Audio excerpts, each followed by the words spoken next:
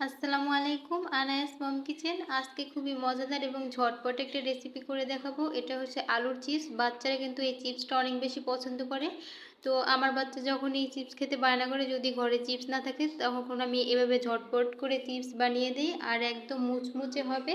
তো এই রেসিপিটা ইনস্ট্যান্ট আপনারা কাটবেন আর বানাবেন, এরকমই এই রেসিপিটা শেয়ার করব। তো প্রথমে একটা আলু নিয়েছি, আপনারা আপনাদের পছন্দ মতো বেশি নিতে পারেন। তো আমি একটা আলু উপরে সিলকা চিলে নিয়েছি, তারপরে আমি ঠান্ডা পানি দিয়ে দিলাম। তো অবশ্যই এখানে ঠান্ডা পানি ব্যবহার করতে হবে। আমি নর্মাল ফ্রিজের যে ঠান্ডা পানি আছে সেটা ব্যবহার করেছি, আপনারা আইস দিয়েও ঠান্ডা করে নিতে পারেন। তারপরে আমি পাতলা পাতলা করে কেটে নিচ্ছি। আর আমি যেহেতু মানে ছুরি দিয়ে তেমন একটা পাতলা করে কাটতে পারি না, তাই আমি বটি দিয়ে কাটছি। তো আপনারা যদি ছুরি দিয়ে পাতলা করে কাটতে পারেন তাহলে ছুরি দিয়ে কাটতে পারেন।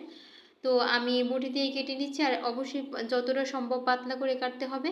তো আমি সবগুলোকে এভাবে পাতলা পাতলা করে স্লাইস করে নিচ্ছি। আর এই তো সবগুলো পাতলা পাতলা করে স্লাইস করা হয়ে গেছে। এবার আমি ঠান্ডা পানিতে ভিজিয়ে রাখবো প্রায় 5 মিনিটের মতো।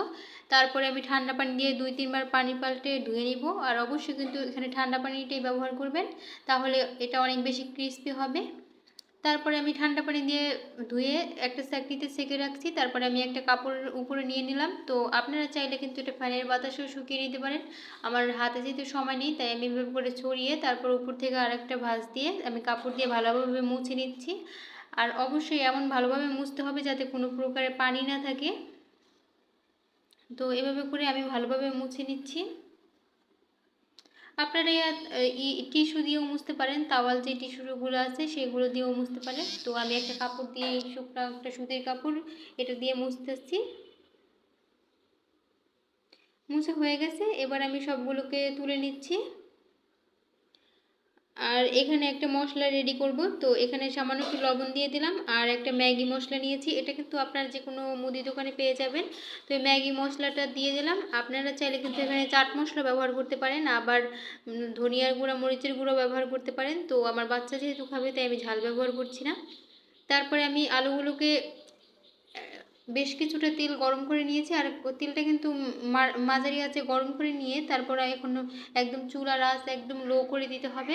আর এই লো আঁচে আমি পুরো চিপসটা ভেজে নিব।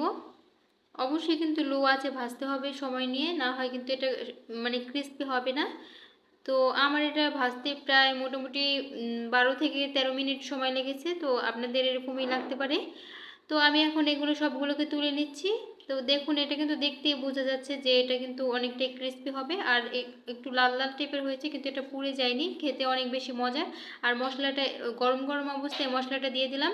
আর এই পর্যায়ে দেখুন আমি ভেঙে দেখাচ্ছি কত সহজে, এটা হাত দিয়ে চাপ দিলে কিন্তু ভেঙে যাচ্ছে। এর মানে কিন্তু বোঝাই যাচ্ছে যে এটাতে কতটা মানে ক্রিস্পি হয়েছে।